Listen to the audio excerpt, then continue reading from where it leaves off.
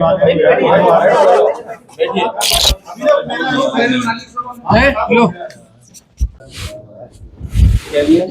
ये बनाइए। अच्छा बताओ, मैंने बोला था ना कि आपको जर्मन वर्ड में बोला था एक्सेस ऑफ। सर, ये खुलासा किया है आपने, क्या पूरा मामला है? जनपद संभल में 24 नवंबर 2024 को एक हिंसा कारित की गई थी भीड़ द्वारा, जिसमें अभी तक कुल 79 लोगों को गिरफ्तार करके जेल भेजा जा चुका है। उसमें 29 पुलिसकर्मी एवं एक प्रशासन के व्यक्ति घायल भी हुए थे। कई लोगों को गोली भी लगी थी, उसमें घायल हुए थे। उसमें पुलिस द्वारा इन्वेस्टिगेशन किया गया है। थोरो प्रोफेशनल इन्वेस्टिगेशन के बाद में आज संभल पुलिस को एक अच्छी सफलता हाथ लगी है, जिसमें उस दिन घटना कारित करने वाले जिसने व्यक्ति द्वारा असले प्रोवाइड किए गए थे, जिस व्यक्ति के द्वारा इंस्ट्रक्शन दिए गए थे, जिस व्यक्ति के द्वारा ये हिंसा करवाने के लिए असले भी प्रोवाइड किए गए थे, उस व्यक्ति को पुलिस द्वारा गिरफ्तार किया गया है, जिसका नाम गुलाम पुत्र मुख्तार है। ये मोहल्ला दीपा सराय नखासा का रहने वाला है। इस व्यक्ति को गिरफ्तार करने पे पूछताछ पे पता चला है कि इस व्यक्ति के ऊपर कुल 20 मुकदमे अभी तक दर्ज हैं, जो कि जनपद संभल में और आसपास में है। इसकी लंबी क्रिमिनल हिस्ट्री दिल्ली और एनसीआर के अन्य जगहों पे भी हो सकती है, उसका भी पुलिस द्वारा खंगाला जा रहा है। इसके द्वारा बताया गया कि पूछताछ में कि 23 तारीख को इसने अपने बॉस सारिक साठा से बात की थी। सारिक साठा को यहाँ के किसी स्थानीय व्यक्ति द्वारा बताया गया है कि 24 तारीख की सुबह को सर्वे होगा। सर्वे के समय किसी भी सूरत में वो सर्वे नहीं होने देना है। पूछताछ के दौरान इसके द्वारा ये एडमिट किया गया कि जो सारिक साठा है ये एनसीआर से गाड़ी चोरी करवाने की गैंग का सरगना है। वो अभी आज से कुछ साल पहले फर्जी पासपोर्ट बनाने के बाद में यहाँ से विदेश चला गया है। ये वहीं से बैठ के इस गैंग को संचालित करता है और यहाँ भारत में उसका काम करने के लिए ये व्यक्ति गुलाम है, ये काम करता है। और गुलाम द्वारा दिल्ली एनसीआर से गाड़ियाँ चोरी करके उनको मणिपुर, नॉर्थ ईस्ट में, कलकत्ता में, मणिपुर में, बर्मा बॉर्डर पे दी जाती है और उसके बदले में इनको असले मिलते हैं और उन असलों को देश भर में सप्लाई करने का काम ये करता है। इसी में ही पुलिस को और अच्छी सफलता मिली है, जिसमें पुलिस द्वारा इससे जब रिकवरी की गई है इसकी निशानदेही पे, तो एक 9mm की पिस्टल पुलिस को इसके पास से मिली है। 2 पिस्टल 32 बोर की इसके पास से रिकवरी में मिली है। एक अदद मैगजीन मिली है। 5 9mm के जिंदा कारतूस इसके पास से मिले हैं। एक तमंचा है, वो 315 बोर का इसके पास से मिला है। .22 के भी कई कारतूस मिले हैं। 30 बोर के भी इसके पास से कारतूस मिले हैं। और उससे भी ज़्यादा बड़ी चौंकाने वाले तथ्य ये हैं कि इसके पास से एक BO-06 Dynamit Nobel Aktiengesellschaft Troisdorf Germany लिखा हुआ एक बॉक्स मिला है, जिसमें उसके 12 बोर के 20 कारतूस मिले हैं, जबकि उस बॉक्स पे 12 बोर के 7 कारतूस मिले हैं, जबकि उस बॉक्स पे लिखा है 20 कारतूस का। इसका मतलब इसने 13 कारतूस कहीं अन्य जगहों पे इसने प्रयोग भी किए हो सकते हैं। ग्रेट ब्रिटेन का भी इसके पास से एली नॉच करके एक कवर है, वो मिला है। और मेड इन इंडिया की पैंदी के इसके 12 के AF के और चेकोस्लोवाकिया के बने हुए इसके पास मेड इन चेकोस्लोवाकिया के भी कारतूस हैं, वो मिले हैं। इससे पता चलता है कि किस तरीके से इंटरनेशनली जो कारतूस हैं वो इसके पास ये यूज करता था। एक अन्य 9mm जिंदा कारतूस जिसपे SB2Z 9mm POFP लिखा है, तो ये उसी तरीके का कारतूस है जो कारतूस उस दिन पुलिस के द्वारा घटना के बाद में जब नालियां खंगाली गई थी, चेक की गई थी, HHMD, DFMD उनके सहयोग से पुलिस द्वारा मेटल डिटेक्टर से जब उनको निकाला गया था, तो उस तरीके जो कार्ट्रिजेज मिले थे, सेम कार्ट्रिजेज इसके पास से भी मिले हैं।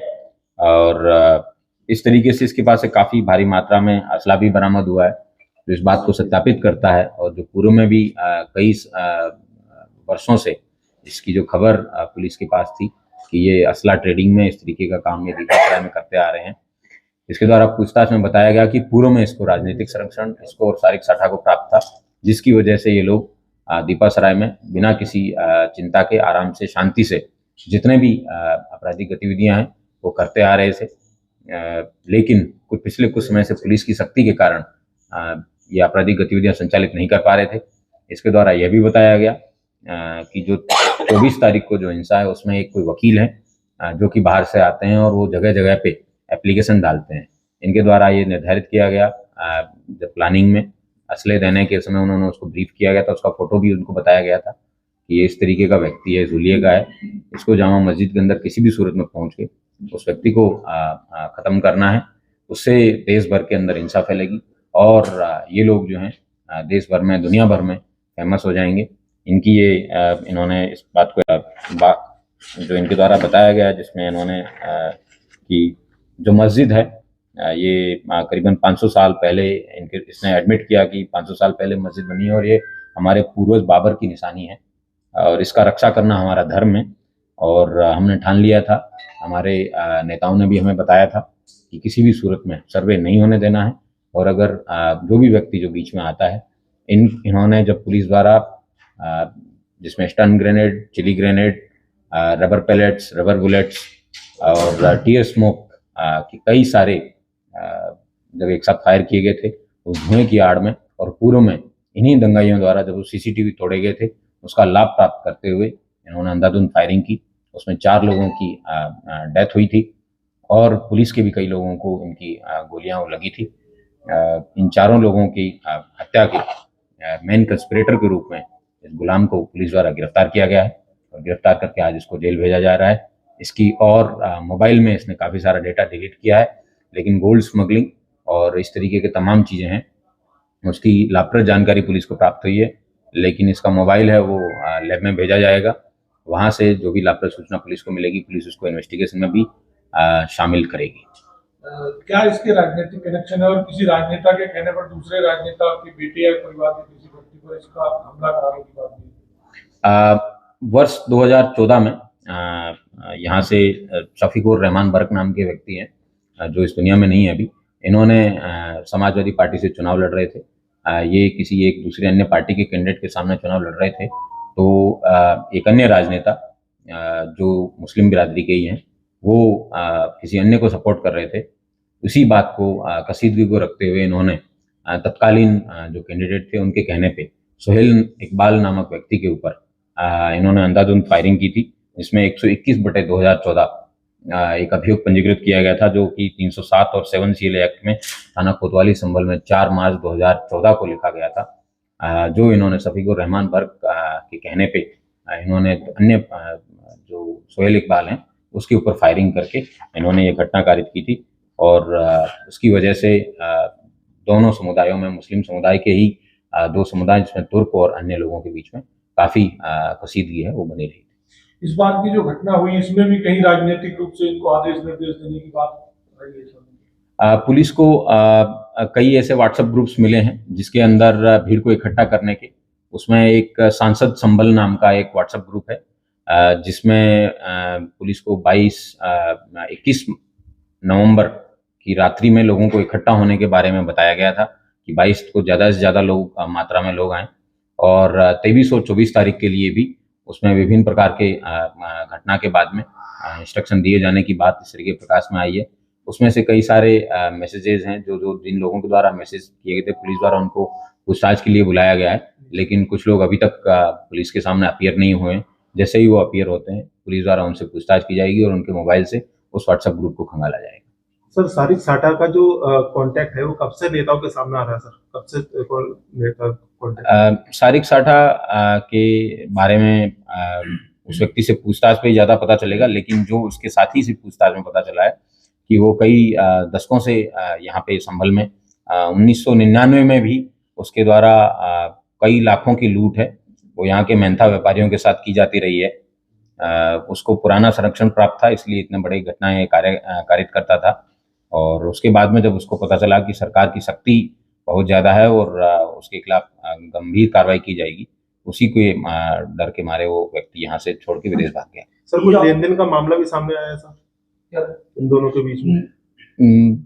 ये भारत में रह के सारिक साठा के लिए उसकी सारी आपराधिक गतिविधियां हैं उसको अंजाम देने का कार्य गुलाम द्वारा किया जाता है। सर, कितने साल से गुलाम का और सारिक साठा का कनेक्शन रहा है और किस माध्यम से ये सारिक साठा से संपर्क करता था? इसने पूछताछ में बताया और इसके मोबाइल से भी एक जंगी ऐप है उसके बारे में पता चला है, जिसका उस ऐप के अंदर ज़्यादा डेटा स्टोर नहीं रहता है और किसी भी सर्वर पे भी उसके मैसेजेस स्टोर नहीं रहते हैं, तो इसलिए वो सबसे मुफीद और सबसे सेफ ऐप माना जाता है। इसलिए उसके द्वारा, इन लोगों के द्वारा इस ऐप का प्रयोग किया जाता है और उसी से बात की जाती है। लेकिन इसके पास से सारिक साठा की पत्नी का भी मोबाइल रिकवर हुआ है, जो कि समय-समय पे, ताकि इसके अपने मोबाइल शक ना हो इसके ऊपर, और उसकी पत्नी के मोबाइल से भी बात करता रहता है। इनके पास से सारिक साठा के 2 मोबाइल नंबर्स भी पुलिस को प्राप्त हुए हैं। पुलिस द्वारा इंटरनेशनल अथॉरिटीज़ हैं, उन सब से सामंजस्य बिठा के जो भी डिटेल है उसमें निकलवाई जाएगी।